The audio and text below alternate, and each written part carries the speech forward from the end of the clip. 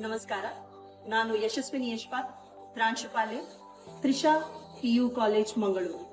10ನೇ ತರಗತಿಯ ನಂತರ ಮುಂದೆ ಅನ್ನುವ ಪ್ರಶ್ನೆಗೆ ಇಲ್ಲಿದೆ ಕೆಲವೊಂದು ಉತ್ತರಗಳು.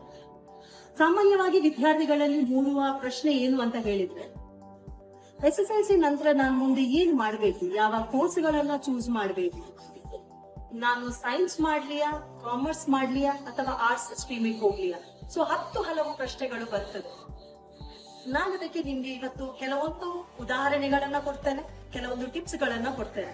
ವಿದ್ಯಾರ್ಥಿಗಳೇ, ಇವತ್ತು ವಾಣಿಜ್ಯ ವಿಭಾಗದಲ್ಲಿ ಯಾವ ಕಾಂಬಿನೇಷನ್ ಅನ್ನ ಚೂಸ್ ಮಾಡಬೇಕು, ಯಾವ ಬೇಸ್ ಮೇಲೆ ನೀವು ಆ ಕಾಂಬಿನೇಷನ್ ಗಳನ್ನ ಚೂಸ್ ಮಾಡಬೇಕು ಅಂತ ನೋಡುವ. ಸೊ ಕಾಮರ್ಸ್ ಅಥವಾ ವಾಣಿಜ್ಯ ವಿಭಾಗ ಅಂತ ಹೇಳಿದಾಗ ಇದರಲ್ಲಿ ನಿಮ್ಗೆ ಬೇರೆ ಬೇರೆ ರೀತಿಯಾದಂತಹ ಕಾಂಬಿನೇಷನ್ಗಳು ಬರ್ತಾ ಹೋಗ್ತದೆ.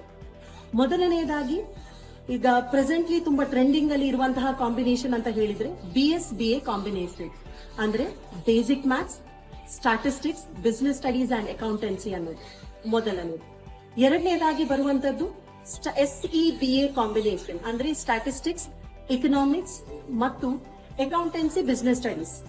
ಮೂರನೇದು CSEBA ಅನ್ನೋ ಕಾಂಬಿನೇಷನ್. ಇದು computer science, economics, business studies and accountancy. ಇದು 3 ಟ್ರೆಂಡಿಂಗ್ ಅಲ್ಲಿರುವ ಕಾಂಬಿನೇಷನ್ಗಳು. ಇದರೊಂದಿಗೆ ನಿಮ್ಗೆ 10 ಹಲವಾರು ಬೇರೆ ರೀತಿಯಾದಂತಹ ಕಾಮರ್ಸ್ ಅಲ್ಲಿ ಕಾಂಬಿನೇಷನ್ಗಳು ಬರ್ತಾ ಹೋಗ್ತದೆ. ಸೊ ಅದರಲ್ಲಿ ಕೆಲವೊಂದು ಕಾಂಬಿನೇಷನ್ಸ್ ಅಂತ ಹೇಳಿದ್ರೆ HEBA ಕಾಂಬಿನೇಷನ್ಸ್ ಇರಬಹುದು, ಅಥವಾ ಜಿಯೋಗ್ರಫಿ ಕಾಂಬಿನೇಷನ್ಸ್ ಇರಬಹುದು, ಸೈಕಾಲಜಿ ಕಾಂಬಿನೇಷನ್ಸ್ ಇರಬಹುದು. ಆದ್ರೆ ಪ್ರೆಸೆಂಟ್ ಅಲ್ಲಿ ನಿಮ್ಗೆ ಟ್ರೆಂಡಿಂಗ್ ಅಲ್ಲಿ ಇರುವಂತದ್ದು ಮೊದಲನೇದಾಗಿ ನಾನು ಸೂಚಿಸಿದಂತಹ 3 ಕಾಂಬಿನೇಷನ್ಗಳು, ಅದು SEBA, BSBA ಮತ್ತು CSEBA ಕಾಂಬಿನೇಷನ್ಗಳು. ನಾನು ಆಗ್ಲೇ ಹೇಳಿದಾಗೆ ಈ 3 ಕಾಂಬಿನೇಷನ್ಗಳು ಯಾವ ವೃತ್ತಿಪರ ಕೋರ್ಸ್ಗಳಿಗೆ ಕನೆಕ್ಟೆಡ್ ಆಗಿದೆ ಅಂತ ನಿಮ್ಗೆ ಹೇಳ್ತೇನೆ. ಈಗ ನೀವು CA ಅಥವಾ CS ಕೋರ್ಸ್ ಅನ್ನು ಪ್ರೊಫೆಷನಲ್ ಆಗಿ ತಗೊಳ್ತೀರಿ ಅಂತ ಹೇಳುವುದಾದ್ರೆ ನಿಮ್ಗೆ ಈ BSBA ಮತ್ತು SEBA ಕಾಂಬಿನೇಷನ್ಗಳು ಇದೆರಡು ನಿಮ್ಗೆ ತುಂಬಾ ಹೆಲ್ಪ್ಫುಲ್ ಆಗ್ತದೆ ನೀವು PUC ಯಿಂದ ತಗೊಳ್ಳೋದು ಅಂತ ಆದ್ರೆ. ಅದೇ ನೀವು ಮುಂದಕ್ಕೆ BCA ಮಾಡ್ತೀರಿ ಅಂತ ಇದ್ದೀರಿ ಅಥವಾ MCA ಮಾಡ್ತೀರಿ ಅಂತ ಇರೋದಾದ್ರೆ ಅಡ್ವೈಸಬಲ್ ಕಾಂಬಿನೇಷನ್ PUC ಯಲ್ಲಿ ತಗೊಳ್ಬೇಕಾದದ್ದು ನೀವು ಕಂಪ್ಯೂಟರ್ ಸೈನ್ಸ್ ಅನ್ನ ನಿಮ್ಮ ಕಾಂಬಿನೇಷನ್ ಆಗಿ ತಗೊಳಿದ್ರೆ ತುಂಬಾ ಅಡ್ವೈಸಬಲ್ ಆಗಿರ್ತದೆ. ಹಾಗೇನೆ ಈಗ ನಾನ್ ನಿಮ್ಗೆ ಕೆಲವೊಂದು ಪ್ರಶ್ನೆ ನಿಮ್ಗೆ ಬರ್ಬೋದು, PUC ಅಲ್ಲಿ ಇರುವಾಗಲೇ ನಾನು CA ಕೋರ್ಸ್ ಗಳನ್ನ ಯಾವ ರೀತಿ ಮಾಡಬಹುದು ಅಥವಾ ಮಾಡಬಹುದಾ, ಅಥವಾ ನಾನ್ ಮಾಡಿದ್ರೆ ಒಳ್ಳೇದಾ ಅನ್ನೋ ಕೆಲವೊಂದು ಪ್ರಶ್ನೆಗಳು ನಿಮ್ಗೆ ಬರ್ತಾ ಹೋಗ್ತದೆ. ಈ ಕ್ವೆಶನ್ಗೂ ನಾನು ನಿಮ್ಗೆ ಆನ್ಸರ್ ಮಾಡ್ಲಿಕ್ಕೆ ಇಷ್ಟಪಡ್ತೇನೆ. ಸೊ PU ಲೆವೆಲ್ ಅಲ್ಲಿ ಇರುವಾಗಲೇ ನಿಮ್ಗೆ CA ಅಥವಾ CS ಕೋರ್ಸ್ ಗಳನ್ನ ಮಾಡ್ಲಿಕ್ಕೆ ಆಗ್ತದೆ ವಿದ್ಯಾರ್ಥಿಗಳೇ. ಸೊ ನಮ್ಮ ತ್ರಿಷಾ ಕ್ಲಾಸಸ್ ಅನ್ನುವ ಸಂಸ್ಥೆ ಕಳೆದ 27 ವರ್ಷಗಳಿಂದ ವಿದ್ಯಾರ್ಥಿಗಳಿಗೆ CA ಇರ್ಬೋದು, CS ಇರ್ಬೋದು, ಇಂತಹ ವೃತ್ತಿಪರ ಕೋರ್ಸ್ಗಳಿಗೆ ಕೋಚಿಂಗ್ ಅನ್ನ ಕೊಡ್ತಾ ಇದೆ.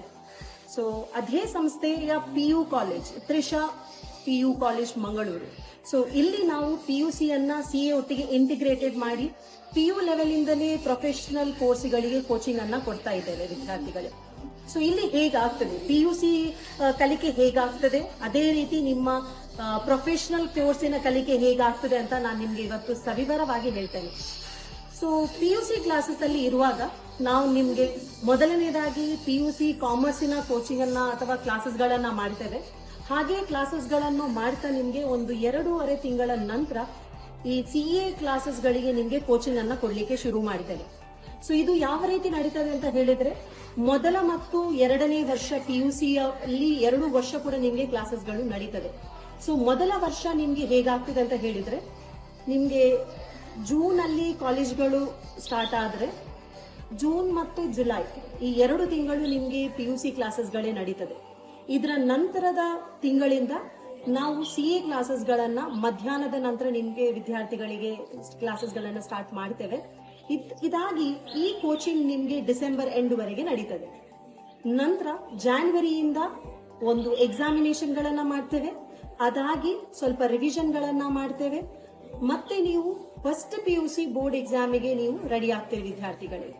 ಇದಾದ ನಂತರ ಈ ಫಸ್ಟ್ PUC ಎಕ್ಸಾಮ್ ಆದ ನಂತರ ನಿಮ್ಗೆ ಮತ್ತೆ CA ಕ್ಲಾಸಸ್ ಗಳು ನಡೀತಾ ಹೋಗ್ತದೆ. ಇದು ಎಲ್ಲಿವರೆಗೆ ಇರ್ತದೆ ಅಂತ ಹೇಳಿದ್ರೆ ಮತ್ತೆ ಡಿಸೆಂಬರ್ ಎಂಡ್ ವರೆಗೆ ನಿಮ್ಗೆ ಈ CA ಕ್ಲಾಸಸ್ ಗಳು ನಡೀತಾ ಹೋಗ್ತದೆ.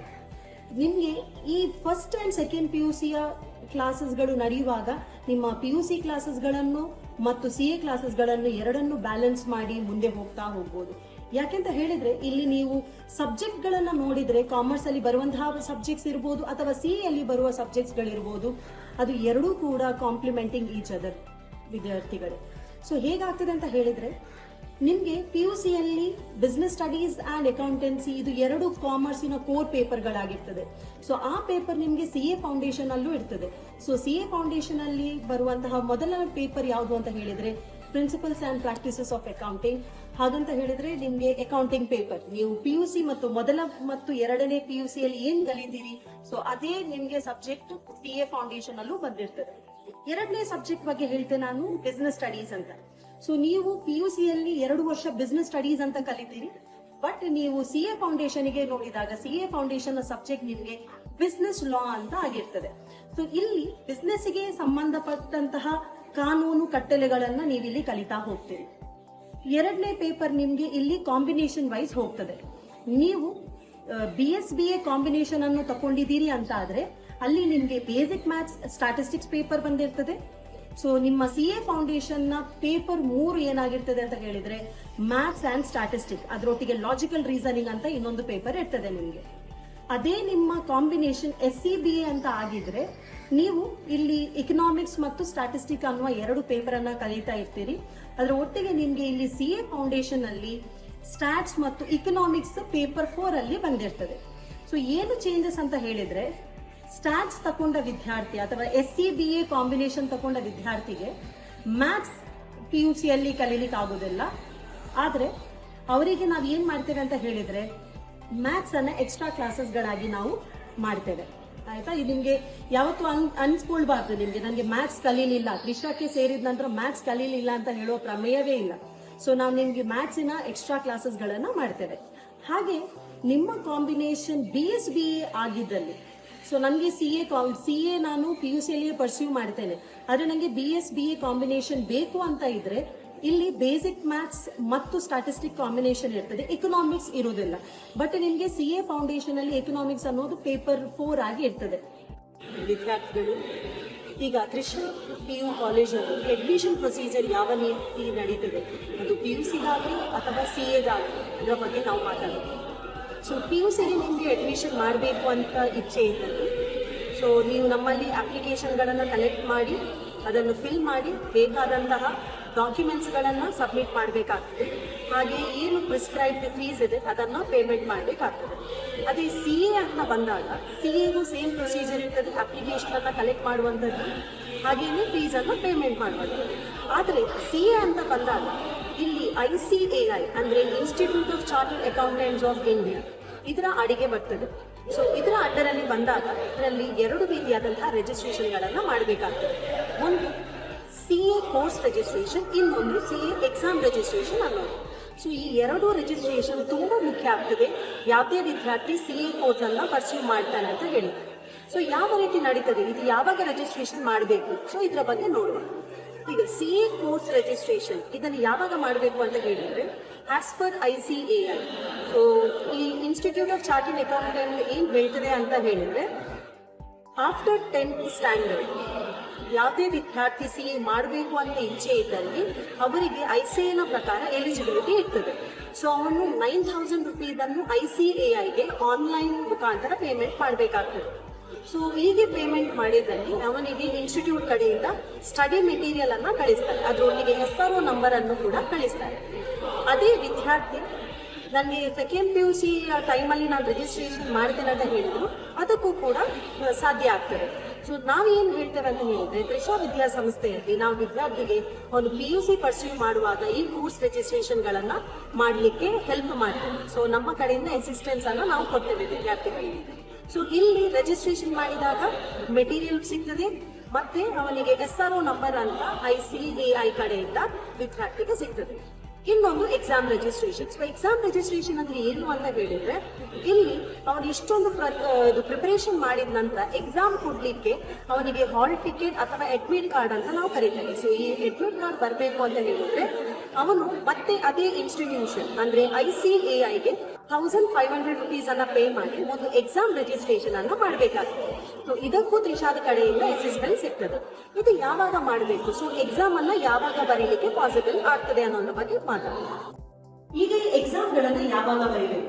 ಸೊ ICAI ಪ್ರಕಾರ ವರ್ಷದಲ್ಲಿ 3 ಸಲ CA ಎಕ್ಸಾಮ್ ಅನ್ನ ಬರೀಬೇಕು. ಒಂದು ಜಾನ್ವರಿಯಲ್ಲಿ, ಇನ್ನೊಂದು ಮೇಯಲ್ಲಿ, ಮತ್ತೆ ಇನ್ನೊಂದು ಸೆಪ್ಟೆಂಬರ್ ಮಂತ್ ಅಲ್ಲಿ. ಸೊ ನಾನು PUC ವಿದ್ಯಾರ್ಥಿ ಆಗಿರೋದ್ರಿಂದ ನಾನು ಯಾವಾಗ ಎಕ್ಸಾಮ್ ಬರೀಲಿಕ್ಕೆ ಎಲಿಜಿಬಲ್ ಅಂತ ನೀವು ಕೇಳಿದ್ರೆ, ಫಾರ್ ಎಕ್ಸಾಂಪಲ್ 2025-26 ಅಕಾಡೆಮಿಕ್ ಇಯರ್ ಅಲ್ಲಿ ನೀವು ನಿಮ್ಮ ಸೆಕೆಂಡ್ PUC ಬೋರ್ಡ್ ಎಕ್ಸಾಮ್ ಅನ್ನ ಬರೀತಾ ಇದ್ದೀರಿ ಅಂತ ಆದ್ರೆ ನಿಮ್ಮ ಕೋರ್ಸ್ ರಿಜಿಸ್ಟ್ರೇಷನ್ ಅನ್ನ 2025 ಡಿಸೆಂಬರ್ 31 ಗೆ ಮುಂಚಿತವಾಗಿ ರಿಜಿಸ್ಟ್ರೇಷನ್ ಅನ್ನ ಮಾಡಬೇಕಾಗ್ತದೆ. ಸೊ ಈ ರಿಜಿಸ್ಟ್ರೇಷನ್ ಆದ ನಂತರ ಕೋರ್ಸ್ ರಿಜಿಸ್ಟ್ರೇಷನ್ ಪ್ರಿಫರೇಬಲಿ ಫೆಬ್ರವರಿ ಮತ್ತು ಮಾರ್ಚ್ ಮಂತಿನ ಮಧ್ಯದಲ್ಲಿ ಬರ್ತದೆ. ಸೊ ಅಲ್ಲಿ ನೀವು ಎಕ್ಸಾಮ್ ರಿಜಿಸ್ಟ್ರೇಷನ್ ಅನ್ನ ಮಾಡ್ತೀರಿ. ಇದಾಗಿ ಮಾರ್ಚ್ ಏಪ್ರಿಲ್ ಅಲ್ಲಿ ನೀವು ಸೆಕೆಂಡ್ PUC ಬೋರ್ಡ್ ಎಕ್ಸಾಮ್ ಅನ್ನ ಬರೀತೀರಿ. ಈ ಎಕ್ಸಾಮ್ ಆದ ಇಮಿಡಿಯೇಟ್ಲಿ ನಿಮ್ಗೆ ಬರುವಂತಹ ಎಕ್ಸಾಮ್ ಡೇಟ್ ಅಥವಾ ಮಂತ್ ಏನಿದೆ ಅದು ಮೇ ಅಲ್ಲಿ ಇರ್ತದೆ. ಸೊ ನೀವು CA ಫೌಂಡೇಶನ್ ಎಕ್ಸಾಮ್ ಅನ್ನ ಮೇ ಮಂತ್ 2026 ಮೇ ಅಲ್ಲಿ ಬರೀಲಿಕ್ಕೆ ಎಲಿಜಿಬಲ್ ಆಗಿರ್ತೀರಿ. PUC ನಂತರ ಪ್ರೊಫೆಷನಲ್ ಕೋರ್ಸ್ಗಳಾದ CA ಮತ್ತು CS ಇದರ ವಿದ್ಯಾಭ್ಯಾಸ ಮುಂದೆ ಹೇಗೆ ಅನ್ನೋ ಪ್ರಶ್ನೆಗೆ ಇಲ್ಲಿದೆ ಉತ್ತರ. ತ್ರಿಷಾ ವಿದ್ಯಾಸಂಸ್ಥೆಯ ಇನ್ನೊಂದು ವಿದ್ಯಾಸಂಸ್ಥೆಯಾದ Trisha college of commerce and management ಮತ್ತು ತ್ರಿಷಾ ಈವ್ನಿಂಗ್ ಕಾಲೇಜ್ ಇಲ್ಲಿ ನಿಮ್ಮ CA ವಿದ್ಯಾಭ್ಯಾಸವನ್ನ ಮುಂದುವರಿಸಬಹುದು. CA ಫೌಂಡೇಶನ್ ನಂತರದ ವಿದ್ಯಾಭ್ಯಾಸಕ್ಕಾಗಿ ಅಂದರೆ CA ಇಂಟರ್ಮೀಡಿಯೇಟ್ ಇರಬಹುದು ಅಥವಾ ಆರ್ಟಿಕಲ್ಶಿಪ್ ಇರಬಹುದು ಅಥವಾ CA ಫೈನಲ್ಸ್ ಇರಬಹುದು. ಸೊ ಯಾವುದೇ ಲೆವೆಲ್ ಆಫ್ ಎಕ್ಸಾಮಿನೇಷನ್ ಅನ್ನ ತ್ರಿಷಾ ವಿದ್ಯಾಸಂಸ್ಥೆಯೊಟ್ಟಿಗೆ ನಿಮಗೆ ಮುಗಿಸಬಹುದು. ಸಣ್ಣ ಮಾತಲ್ಲಿ ಹೇಳೋದಾದ್ರೆ ನಿಮ್ಮ CA ಜರ್ನಿಯೊಟ್ಟಿಗೆ CA ಜರ್ನಿ ನಡೆಯುವಾಗಲೂ ಅಥವಾ CA ಜರ್ನಿ ನಂತರ ತ್ರಿಷಾ ವಿದ್ಯಾಸಂಸ್ಥೆ ನಿಮ್ಮ ಕೈಯನ್ನು ಬಿಡುವುದಿಲ್ಲ. ಸೊ LIC ಟ್ಯಾಗ್ಲೈನ್ ಇದೆ, ಜಿಂದಗಿ ಕೆ ಸಾಥ್ ಭಿ ಜಿಂದಗಿ ಕೆ ಬಾದ್ ಭಿ. ಸೊ ತ್ರಿಷಾ ಇದೇ ಟ್ಯಾಗ್ಲೈನ್ ಅನ್ನ ಫಾಲೋ ಮಾಡ್ತದೆ, CA ಜರ್ನಿಯೊಂದಿಗೂ CA ಜರ್ನಿ ನಂತರವು.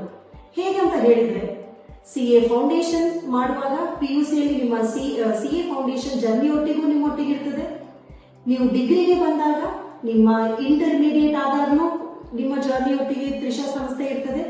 ಅದೇ ನೀವು ನಿಮ್ಮ CA ಕೋರ್ಸಿನ ಭಾಗವಾದ ಆರ್ಟಿಕಲ್ಶಿಪ್ 2 ವರ್ಷ ಆರ್ಟಿಕಲ್ಶಿಪ್ ಇದೆ. ಇದನ್ನು ನೀವು CA ಫರ್ಮ್ ಅಲ್ಲಿ 2 ವರ್ಷ ಆರ್ಟಿಕಲ್ಶಿಪ್ ಅನ್ನು ಮಾಡಬೇಕಾಗ್ತದೆ. ಸೊ ಇದರ ಪ್ಲೇಸ್ಮೆಂಟ್ಗೂ ತ್ರಿಷಾ ಸಾಥ್ ಕೊಡ್ತದೆ. ನಿಮ್ಮನ್ನು ಬೇರೆ ಬೇರೆ CA ಫರ್ಮ್ಗಳಿಗೆ ಪ್ಲೇಸ್ಮೆಂಟ್ ಕೂಡ ಮಾಡ್ತದೆ. ಅದು ಮಂಗಳೂರಲ್ಲಿ ಇರಲಿ ಅಥವಾ ಬೇರೆ ಸ್ಟೇಟ್ಗಳಲ್ಲೂ ಇರಲಿ, ನಮ್ಮ ಪ್ಲೇಸ್ಮೆಂಟ್ ಅನ್ನು ನಾವು ಮಾಡಿಕೊಡ್ತೇವೆ. ಅದಾಗಿ CA ಫೈನಲ್ಸ್ ನೀವು ಬರ್ದ ನಂತರ ನಿಮ್ಮ CA ಫೈನಲ್ಸ್ ನ ರಿಸಲ್ಟ್ ಬಂದ ನಂತರ ಕೂಡ ತ್ರಿಷಾ ವಿದ್ಯಾಸಂಸ್ಥೆ ನಿಮ್ಮೊಟ್ಟಿಗೆ ಸಾಥ್ ಕೊಡ್ತದೆ. ತ್ರಿಷಾ PU ಕಾಲೇಜ್ ಇಲ್ಲಿ PUC ಅಥವಾ PUC ಇಂಟಿಗ್ರೇಟೆಡ್ ಕೋರ್ಸ್ಗಳಿಗೆ ಅಡ್ಮಿಷನ್ಗಾಗಿ ಸಂಪರ್ಕಿಸಬೇಕಾದ ವಿಳಾಸ ವಿದ್ಯಾರ್ಥಿ ಗ್ರಾಮ, ಗಣೇಶ್ ಬಾಗ್ ಲೇಔಟ್, ಬಂಗರಕೂಳೂರು, ಮಂಗಳೂರು. ಧನ್ಯವಾದಗಳು.